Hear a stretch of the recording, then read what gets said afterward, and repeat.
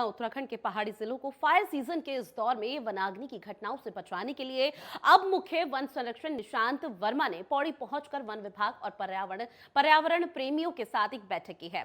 इस मीटिंग में चमोली, रुद्रप्रयाग और पौड़ी की वन विभाग टीम को पूरे फायर सीजन पर अलर्ट रहने के निर्देश दिए गए, जिससे इस बार पिछले साल की तरह ही वनाग्नि का विकराल रूप देखने को न मिले। मुख्य वन संरक्षण, वनाग्नि और आपदा प्रबंधन निशांत वर्मा ने अधिकारियों को वनाग्नि की घटनाओं की सूचना जल्द इकट्ठा कर जल्दी जंगल की आग पर काबू पाने के निर्देश दिए गए हैं। वहीं वनाग्नि की घटनाओं को रोकने के लिए जनता से सहयोग की अपील भी की जा रही है। मुख्य वन संरक्षण ने यह भी बताया कि प्रदेश में अब तक 54 वनाग्नि घटनाएं सामने आ चुकी है अलग अलग जनपदों से, जिसमें 62 हेक्टेयर जंगल वनाग्नि की भेंट चढ़ चुके हैं और इससे वन संपदा को खासा नुकसान भी हुआ है। और साथ ही वनाग्नि की घटनाओं को रोकने के लिए मुख्य वन संरक्षक ने बेहतर उपकरणों का प्रयोग कर वनाग्नि की घटनाओं पर नजर रखने और वनाग्नि की घटनाओं को रोकने के लिए अहम दिशा निर्देश भी दिए। उसका एक बुलेटिन भी जो है तैयार कर रहे हैं। अब तक हमारी जो है टोटल 54 घटनाएं हुई हैं प्रदेश स्तर पर, जिसमें कि कुल 62.4 हेक्टेयर वन क्षेत्र जो है अग्नि से प्रभावित हुआ है। और इसमें हम लोगों का यही है कि आज मैंने जैसे यहाँ पे आया तो हमारे जो फील्ड कार्मिक हैं और हमारे जो वन पंचायत सरपंच है, ज़्यादा से ज़्यादा हम लोग इसमें उनको वनाग्नि की जो सूचना है वो त्वरित रूप से जो है हम लोग को मिल सके, इस पर प्रयास कर रहे हैं। और दूसरा प्रयास हमारा है कि रिस्पॉन्स टाइम हमारा कम से कम हो, मतलब जैसे हमें आग की सूचना एक तो त्वरित रूप से मिले और जब वो सूचना मिल जाए तो हम तत्काल उसको जो है कैसे मौके पे पहुंच के उसको डाउस करें, उसको नियंत्रित करें, उस पर हमारा जो है फोकस है। तो अधिकारियों को जरूरी दिशा निर्देश दिए जा रहे हैं। लगातार उत्तराखंड में कई वनों में देखा गया किस तरह से यहां पर आग और भीषण आग लग जाती थी, उसकी तस्वीरें सामने आती थी। और जाहिर सी बात है कि इससे सिर्फ प्रदेश ही नहीं, आम जनता ही नहीं, बल्कि जो जंगली जानवर भी वहां रह रहे थे उनको भी इससे काफी नुकसान झेलना पड़ता था, जिसके चलते अब सख्त दिशा निर्देश यहां पर अपनाए जा रहे हैं ताकि वनों में किसी तरह की अग्नि की घटनाएं सामने न आए। ज्यादा जानकारी के साथ संवाददाता कुलदीप बिष्ट फोन लाइन पर जुड़ गए हैं। कुलदीप, मुख्य वन संरक्षण की तरफ से दिशा निर्देश दिए गए हैं, क्या कुछ महत्वपूर्ण दिशा निर्देश हैं वनाग्नि को रोकने के लिए?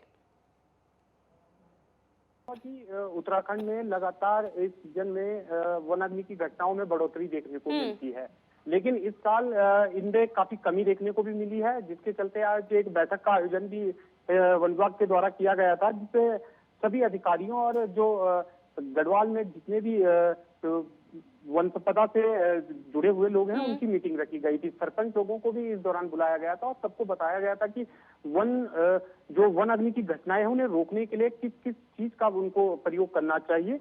और वहीं जो मुख्य वन संरक्षण ने ये भी बताया कि प्रदेश में अभी तक लगभग 54 वनाग्नि की घटनाएं सामने आई हैं, जिस पर लगभग 62 हेक्टेयर जंगल जलकर खाक भी हुए हैं। जी कुलदीप, वनाग्नि की घटनाओं को रोकने के लिए लोगों से भी अपील की जा रही है, लेकिन इस बीच कौन से वो महत्वपूर्ण कदम उठाए जा रहे हैं आम जनता की तरफ से भी, ताकि इस तरह की घटनाएं जितना हो सके उतनी कम सामने आए प्रदेश में? देखिए, जो ग्रामीण इलाके हैं वहाँ के जो लोग हैं उनको फायर वॉचर रखा जा रहा है, जिससे कि जो जंगलों में आग लगे तो वहाँ के नजदीकी लोग उनको बुझाने में काम आ सके। लेकिन सबसे बड़ी दिक्कत ये भी है कि जो फायर वॉचर हैं इससे पहले भी वन विभाग द्वारा लगाए गए थे, लेकिन उनकी जो उनको पैसा दिया जाता है वो नहीं दे पाए थे, जिसके कारण इस समय काफी दिक्कतों का सामना वन विभाग को भी करना पड़ रहा है फायर वॉचर रखने के लिए। तो अब ये मानकर चला जाए कि प्रशासन अलर्ट मोड पर आ चुका है? जी बिल्कुल बिल्कुल, अलर्ट मोड में आ चुका। विभाग ने पहले से ही करके रखी हुई थी, जिसके कारण अभी तक इतनी वनाग्नि की घटनाओं सामने नहीं आ पाई हैं। जी अब फिलहाल कुलदीप, अभी तो अधिकारी पौड़ी पहुंचे, लेकिन इस बीच क्या और भी जिलों में जाने की संभावना यहाँ जताई जा रही है ताकि इस तरह की घटनाओं को रोका जा सके?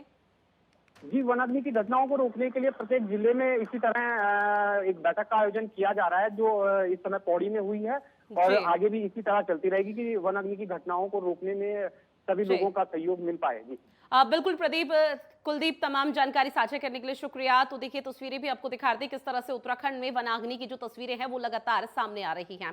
अब रुक करेंगे अगली खबर का, जहां पिछले 3 दिनों से थराली तहसील मुख्यालय के पिंडर पार क्षेत्र में जंगल धधक रहा है और वन महकमे के जिम्मेदार अधिकारी वनाग्नि की घटनाओं को कैसे रोका जा सके, इस पर उच्च अधिकारियों के साथ बैठकों में व्यस्त हैं। थराली के दोनों वन विभाग प्रभागों के कुछ अधिकारी कर्मचारियों को देहरादून तो कुछ कर्मियों को पौड़ी में इन बैठकों के लिए बुलाया गया। पहले दिन कोटडीप के ऊपरी हिस्से से ऊंग गांव की ओर बढ़ते हुए ये आग आज तीसरे दिन और भी आगे बढ़कर वन संपदा को नुकसान पहुंचा रही है। हालांकि बद्रीनाथ वन प्रभाग के वन क्षेत्र अधिकारी हरीश थपलियाल ने जानकारी देते हुए यह भी बताया कि वन विभाग के फायर वॉचरों द्वारा आग बुझाने का कार्य लगातार जारी है और ऐसे में काफी हद तक आग पर काबू भी पाया जा चुका है। वहीं उन्होंने ये भी जानकारी दी है कि वनाग्नि की घटना होने पर सैटेलाइट के जरिए फॉरेस्ट सर्वे ऑफ इंडिया से वनाग्नि वाले क्षेत्र में एक अलर्ट 11 से 4 बजे के बीच आता है, लेकिन पिछले 2 दिनों से किसी भी तरह का कोई अलर्ट नहीं आया। इस वक्त थराली में हम हैं और थराली में इस वक्त पिछले 3 दिनों से जो लगातार जो पिंडर पार का जो क्षेत्र है वहाँ पर आग लगी हुई है। मेरे पीछे आप ये नज़ारा देख सकते हैं, नज़ारा है पिंडर पार का, और पिंडर पार के इस नज़ारे में आप देख सकते हैं किस तरीके से धुआं सा उठ रहा है और जंगल धू कर जल रहे हैं। ये जो लोकेशन है यहाँ पर लगातार पिछले 3 दिनों से आग लगी हुई है और पहले जो आग राजकीय बालिका इंटर कॉलेज के ठीक ऊपर ये आग लगी थी, लेकिन उसके बाद जंगलों में फैलते हुए ये आग पिछले 3 दिनों से लगातार आगे को बढ़ रही है। लेकिन अभी भी जो थराली का वन महकमा है वो इसका संज्ञान नहीं ले पाया है। पूरी तरह से बेखबर थराली का वन महकमा नजर आ रहा है। वन पंचायतों के जो सरपंच हैं वो लगातार बैठकों में हैं। वन महकमे के जो अधिकारी हैं वो लगातार वनाग्नि को लेकर जो बैठकें चल रही हैं, चाहे देहरादून की बात करें या फिर पौड़ी की बात करें या फिर जिला मुख्यालय की बात करें, वहाँ पर जो लगातार बैठकों का दौर जारी है। उन बैठकों में वन महकमे के जिम्मेदार अधिकारी शिरकत कर रहे हैं। लेकिन थराली का जो ये नज़ारा है ये हैरान करने वाला है। ये जो लाखों की करोड़ों की जो वन संपदा है वो धू कर पिछले 3 दिनों से जल रही है, लेकिन अभी भी इस आग पर काबू नहीं पाया जा सका है। नेटवर्क 10 के लिए थराली से मोहनगिरी।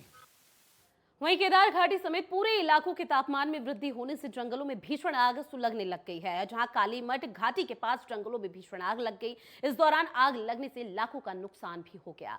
जंगलों में भीषण आग लगने के बाद भी वन विभाग के बेखबर होने से विभाग की कार्य प्रणाली पर सवाल उठने लाजमी है।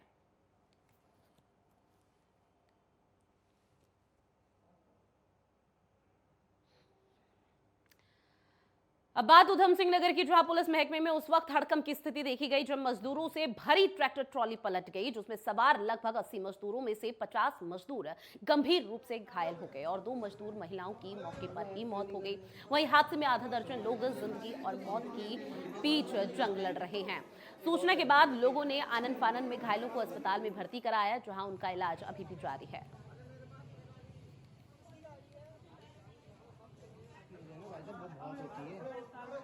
के पास केशोवाल के पास जो अभी जानकारी मिली है, राणा फार्म के पास एक ट्रैक्टर ट्रॉली में करीब 80 लोग बताए जाते हैं। वो ट्रॉली पलट गई थी। करीब 1-1.5 घंटे पहले हमारे यहाँ करीब 31 लोग हॉस्पिटल में आए हैं जिनका हमने उपचार किया है और करीब 19 लोगों को हमने रेफर किया है प्राथमिक उपचार के बाद। और अभी हमारे पास 2 डेड बॉडीज़ भी आई हैं दुर्घटना में। उनको पुलिस पंचनामा कर रही है, मॉर्चरी कर रही है, जहाँ तक पोस्टमार्टम होगा ये हमारे पास सूचना है। मेरा क्षेत्र में विक्रमपुर गांव है, तो इसके समीप एक मोड़ पर एक ट्रैक्टर ट्रॉली जिसमें के लोग सवार थे, जो मजदूर बताए जा रहे हैं, महिलाएं थी और वो आ रहे थे, तो वहाँ पर ओवर स्पीड रही या नियंत्रण नहीं रहा ड्राइवर का गाड़ी उस पर ट्रैक्टर ट्रॉली पे, तो वो पलट गई और उससे जो है उसमें जो काफ़ी 30 लोग जो घायल हुए हैं। 2 लोगों की उसमें 2 महिलाओं की उसमें मृत्यु हो गई है अभी तक, और जो सीरियस लोग हुए हैं उनको काशीपुर और सुशीला तिवारी अस्पताल को रेफर कर दिया गया है। अभी तो अब पूरा देख रहे हैं, तो इसमें अभी तक जांच के बाद इसमें कार्रवाई की जाएगी। और ज्यादा जानकारी के साथ संवाददाता शुभम गंभीर फोन लाइन पर हमारे साथ जुड़ गए हैं। शुभम, ट्रैक्टर ट्रॉली पलट गई उधम सिंह नगर में, एक बड़ा हादसा हो गया, इसके अलावा क्या कुछ अपडेट सामने आ रही है? जी बिल्कुल, जिस तरह से ये घटना हुई है, ये ट्रैक्टर ट्रॉली जो है विक्रमपुर गांव में जो पलटी है, इसमें 80 लोग सवार थे। ये सभी बुक्सा जनजाति के लोग हैं जो भीकमपुरी के रहने वाले हैं। ये राणा फार्म में काम करके अपने घर वापस आ रहे थे, विक्रमपुर भीकमपुरी घर वापस आ रहे थे। 80 लोग थे, जिसमें 53 लोग जो है ट्रैक्टर ट्राली की चपेट में आकर जो है पलटने से जो घायल हुए हैं। इसमें 2 लोगों की उपचार के दौरान मौत हो चुकी थी। ऐसे में जो है सभी कुछ लोगों को हायर सेंटर रेफर किया गया है, कुछ लोग काशीपुर के प्राइवेट हॉस्पिटल में हैं और जो है कुछ लोगों का उपचार कर उन्हें घर भेज दिया गया है। फिलहाल घायलों की क्या कुछ स्थिति शुभम? जी बिल्कुल, जिस तरह से अगर घायलों की अगर बात की जाए तो घायलों का उपचार चल रहा है। इस समय हालत जो है उनकी ठीक बताई जा रही है और भाजपा के चाहे सत्ता पक्ष हो चाहे विपक्ष हो, दोनों ही तरफ से और स्थानीय प्रशासन भी लगातार घायलों का हालचाल जानने के लिए वहां मौके पर पहुंच रहा है। बिल्कुल शुभम, एक बड़ा सड़क हादसा हुआ यहाँ पर और 2 मजदूर महिलाओं की मौत भी हो गई। क्या महिलाओं के जो परिजन है उन्हें इत्तला कर दिया गया? जी बिल्कुल, जिस तरह से कल ही जो उपचार के दौरान इनकी मौत हुई थी तो उनके परिजन वहां मौके पर पहुंच गए थे, क्योंकि परिजनों का रो का बुरा हाल है, क्योंकि उनके घर की महिलाएं जो हैं वो चली गई हैं। ऐसे में जो है लगातार उन्हें सांत्वना भी दी जा रही है और लगातार सत्ता पक्ष के चाहे गदरपुर के विधायक हो अरविंद पांडे और जो है भाजपा प्रदेश प्रवक्ता राजेश कंवर, उनके द्वारा लगातार यही कहा गया है कि उन्हें सरकार के द्वारा उनको मदद भी कराई जाएगी, आर्थिक मदद भी की जाएगी, जिससे जी उनका परिवार पालन पोषण हो सके। बिल्कुल शुभम, तमाम जानकारी साझा करने के लिए शुक्रिया। अब बात करेंगे अगली खबर की, जहां हेमवती नंदन बहुगुणा गढ़वाल विश्वविद्यालय के प्रति कुलपति राकेश भट्ट ने बताया कि पीएचडी प्रवेश में बदलाव हुआ है। जहां यूजीसी ने पीएचडी पाठ्यक्रम में नेट जेआरएफ क्वालिफाई करने वाले अभ्यर्थियों के लिए 60% सीट आरक्षित करने का प्रस्ताव भी रखा। बाकी 40% सीटों पर विश्वविद्यालय परीक्षा या फिर संयुक्त प्रवेश परीक्षा के माध्यम से प्रवेश किया जाएगा। फिलहाल यूजीसी ने इस संबंध में सार्वजनिक सूचना जारी कर शिक्षक, अधिकारी और छात्रों से भी अब सुझाव मांगने शुरू कर दिए हैं। बता दें कि एनईपी की परिप्रेक्ष्य में शिक्षा क्षेत्र में कई बदलाव भी किए जा रहे हैं और इसी के तहत यूजीसी ने पीएचडी प्रवेश योग्यता और पाठ्यक्रम में बदलाव किए, जहां यूजीसी ने इस ड्राफ्ट को वेबसाइट पर अपलोड भी कर दिया है। अभी यूजीसी जो है एक यूनिवर्सिटी ग्रांट कमीशन जो है पीएचडी को लेकर के एक 2022 में एक नया रेगुलेशन शायद आने वाला है। वो अभी ड्राफ्ट लेवल पे है और उसमें सजेशंस मांगे गए हैं सारे यूनिवर्सिटी से, स्टूडेंट से और अपने एकेडमिशियन जितने भी हैं, फैकल्टीज़ के लोग हैं, उनसे सजेशंस मांगे हैं और उन्होंने एक ड्राफ्ट बना के तैयार किया है। और 40% जो इनटेक होगा वो यूनिवर्सिटी अपने इंटरेस्ट से लेगी और 60% जो सीट्स होंगी वो नेट जेआरएफ के थ्रू ही फिल की जाएगी।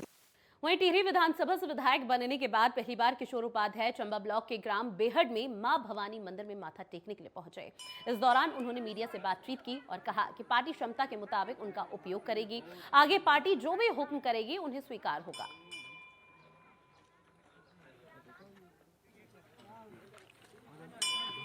टिहरी के मतदाताओं का भारतीय जनता पार्टी और सभी भारतीय जनता पार्टी परिवार के लोगों का कि उन्होंने इतनी कठिन परिस्थितियों में मुझे आशीर्वाद देने का काम किया।